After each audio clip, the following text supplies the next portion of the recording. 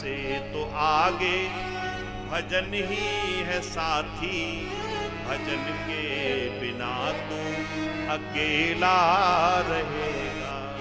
प्रेम ये 2 दिन कमेला रहेगा, कायम न जग का झमेला रहेगा। आप विचार करिए कौन साथ आएगा, इसलिए भजन करिएगा। गोकर्ण जी महाराज ने सुंदर उपदेश आत्मदेव को दिया। आत्मदेव सब उपदेश सुन के चले गए जंगल में। गोकर्ण जी चले गए तीर्थ में। धुंधली ने कहा, अब तो धुंधकारी ने कहा कि पिताजी डांटते थे, भैया भी नाराज होते थे, पिताजी चले गए, चलो अच्छा हुआ, भैया तीर्थ में चले गए, ये भी अच्छा हुआ। माँ है तो माँ को मार करके पैसे ले लूंगा। मारता है, सोना चांदी छीन लेता है, 5 वेश्याओं को लाकर घर में रखने लगा। माँ ने भी कुएं में कूद कर आत्महत्या कर ली। अब इसने कहा तो मेरा साम्राज्य, वेश्याएं रख ली घर में ला करके, वेश्यावृत्ति करने लगा। अब क्या करना चाहिए? वेश्याओं ने सोचा इससे जो हमें चाहिए वो हमने ले ही लिया है, अब एक काम करते हैं, इसको मार करके धन लेकर के यहां से निकल लेते हैं। और सब जो है वेश्याएं इसको मार करके धन लेकर के चली गई और ये मर गया। इसका जीवन व्यतीत हुआ बुरे कर्मों में और मरने के बाद भी प्रेत बना। प्रेत। अब इसको कौन सुधारे महाराज? गोकर्ण जी महाराज वर्षों के बाद लौट करके आए। जैसे घर में प्रवेश किया, क्या कभी भैंसे का, कभी बकरे का रूप बना करके, विशाल रूप बना करके डराने लगा। गोकर्ण जी ने हाथ में गंगाजल लिया, मंत्र करके गंगाजल के छींटे लगाए और पूछा, कौन हो तुम? कस्तम। इसने भी कह दिया, अहम भ्राता त्वदीयोस्मि धुंधकारी च नामतः। भैया मैं आपका भाई, अहम भ्राता त्वदीयोस्मि, मैं तुम्हारा भाई, धुंधकारी च नामतः, धुंधकारी स्वकीये नैव दोषेण विप्रत्वं नासितं मया। मैं आपका भाई हूँ धुंधकारी, अपने कर्मों के प्रभाव से आज प्रेत बन करके पड़ा हूँ। भैया मेरी मुक्ति का कुछ उपाय सोचो। गोकर्ण जी ने कहा, तुम्हारी मुक्ति का उपाय? अरे तुम मुक्त नहीं हुए, तत्कथम नैव मुक्तोसी। अरे मैंने तो तुम्हारा गया श्राद्ध सतेनापि मुक्त में न भविष्यति, मैंने तुम्हारा गया में श्राद्ध कर दिया, फिर भी तुम्हारी मुक्ति नहीं हुई। अब इसने कहा, गया श्राद्ध सतेनापि मुक्तिर में न भविष्यति। गया में एक बार नहीं 100 बार भी मेरा श्राद्ध कर दोगे फिर भी मेरी मुक्ति नहीं हो सकती।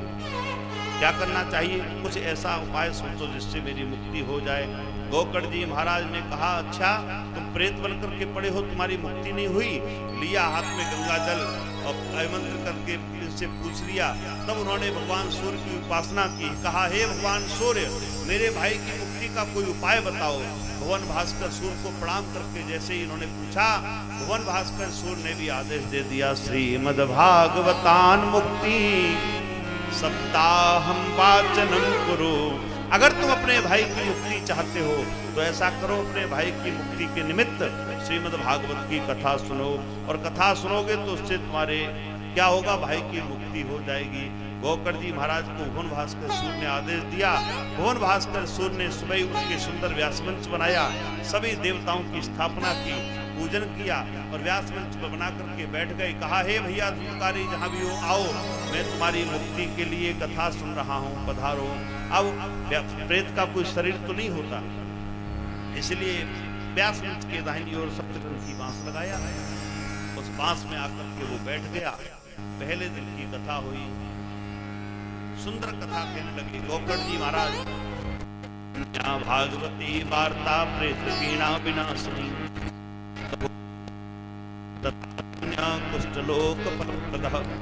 कैसी भगवान की पावन कथा गा रहे हैं गोकर्ण जी महाराज, और धुंधकारी प्रेत बनकर के बांस की ग्रंथि में बैठ करके सुन रहे। पहले दिन की कथा हुई, जोर का जयकार लगाया, गुरबाल कृष्ण भगवान की। पहली ग्रंथि फट गई। दूसरे दिन कथा हुई, जयकार लगाया, दूसरी ग्रंथि फटी, तीसरे दिन तीसरी, और जैसे ही 7वें दिन की कथा हुई, 7वें दिन की कथा सुनते ही क्या हुआ? 7वीं ग्रंथि फटी और प्रेत आत्मा धुंधकारी देवात्मा रूप में परिणत हो गया। भगवान के धाम से विमान आया, भगवान के धाम के लिए चला गया। किसके प्रभाव से?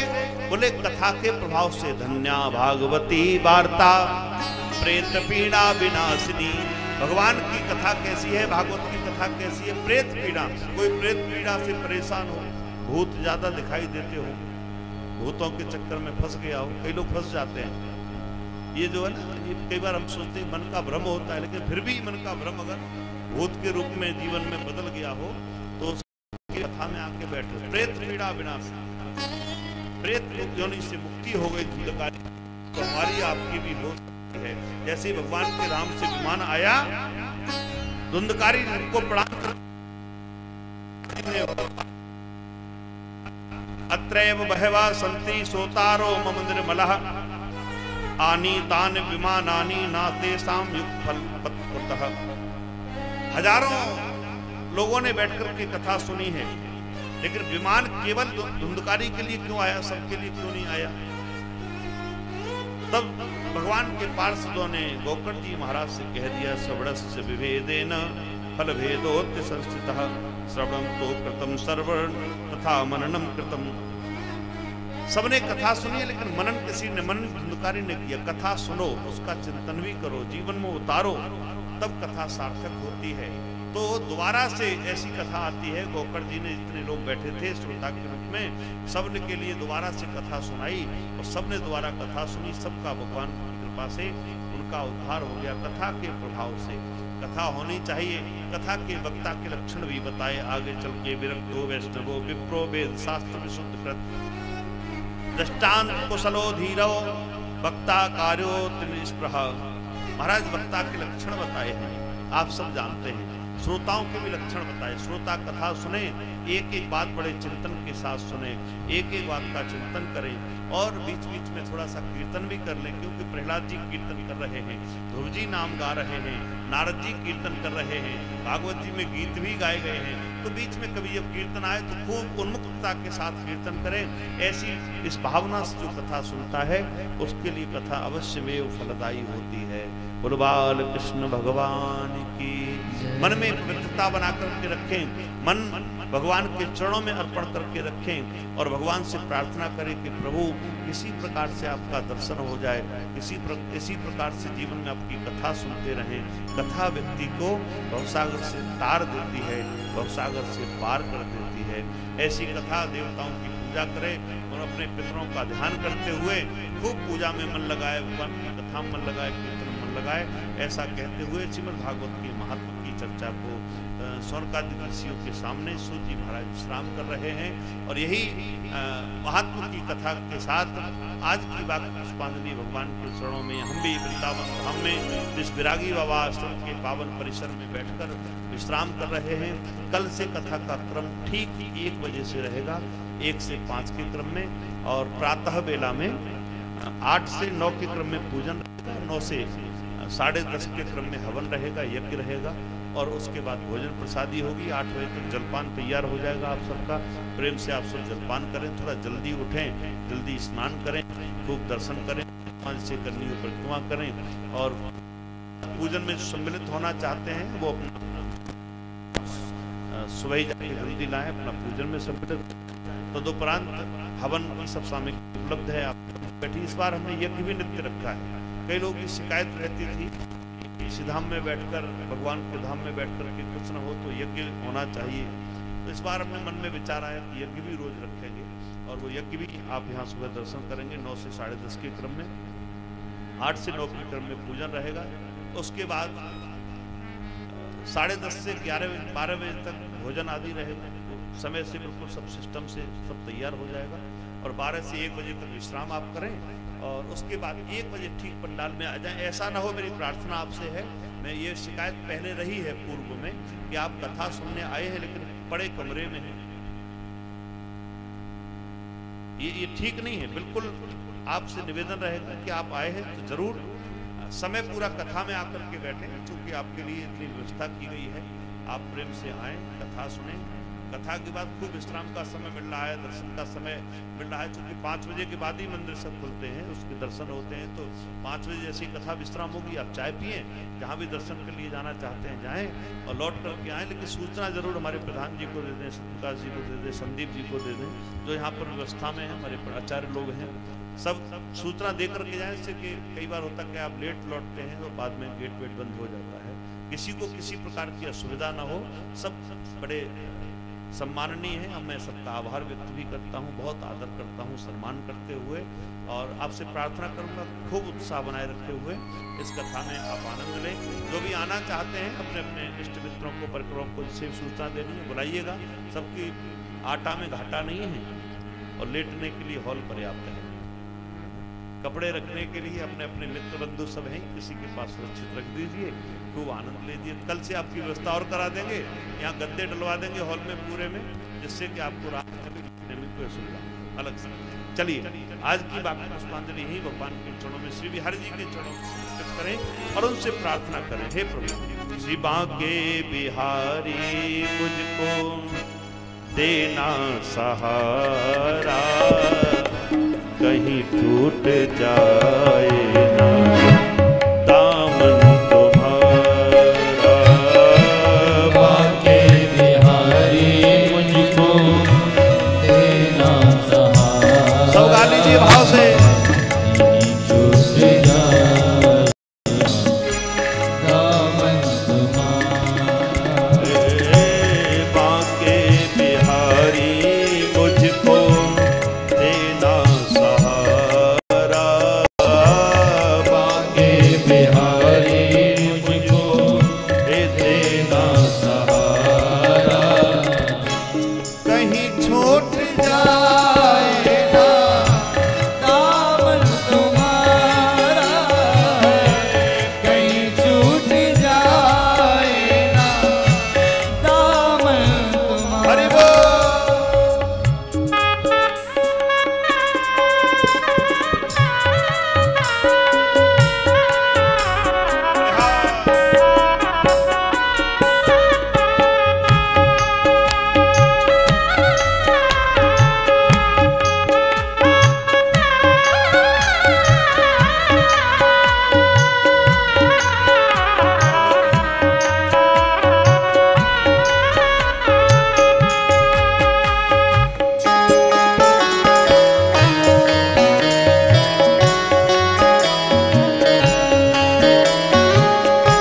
तेरे रास्ते से हटाती है दुनिया, तेरे रास्ते से हटाती है दुनिया, हाँ इशारों से मुझे वो बुलाती है दुनिया, इशारों से मुझे वो बुलाती है दुनिया।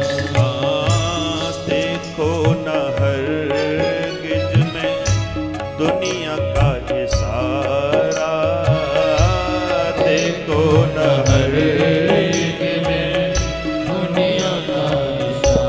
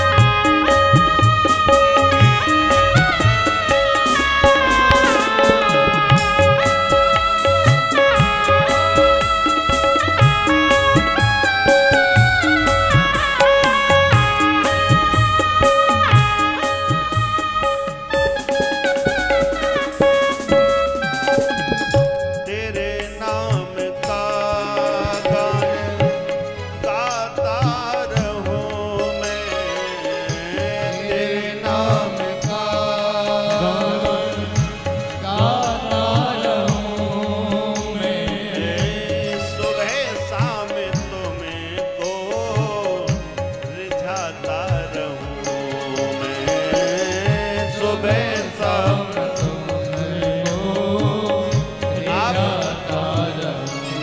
यहाँ पर घर छोड़ छोड़ करके 7 दिन के लिए क्यों आए? इसीलिए आए हैं तेरे नाम का गान गाता रहूं मैं, तेरे नाम गाता रहूं मैं, सुबह शाम तुमको रिझाता रहूं मैं, सुबह शाम तुमको रिझाता रहूं। क्यों?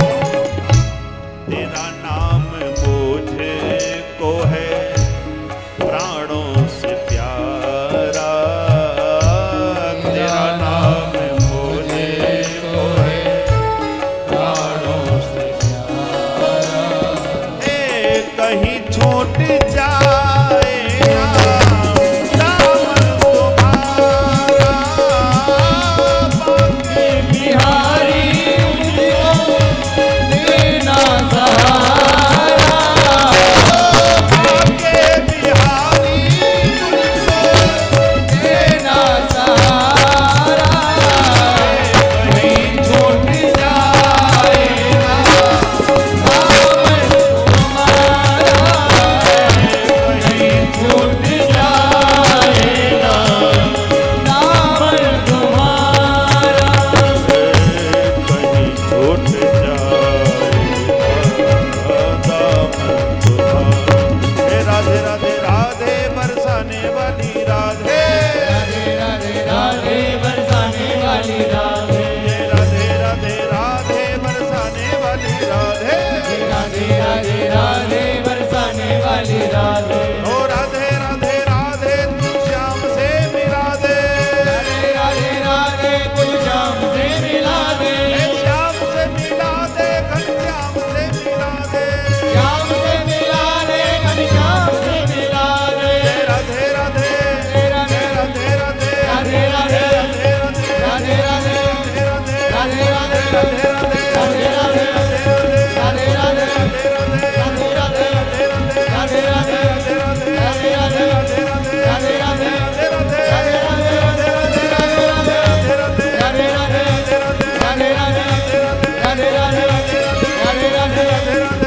राधे राधे राधे राधे राधे राधे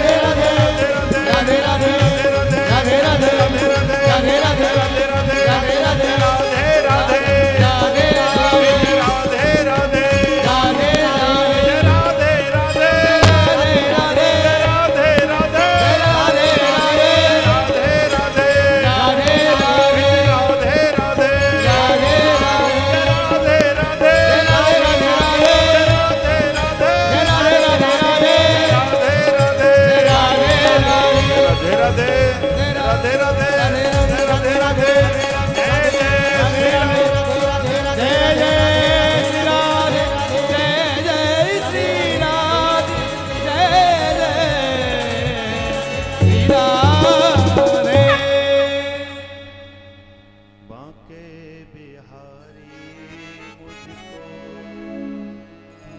देना सहारा, कहीं छूट जाए ना दामन तुम्हारा। तो भाई साहब आज की पुष्पांजलि यहीं भगवान के चरणों में समर्पित करें। कल फिर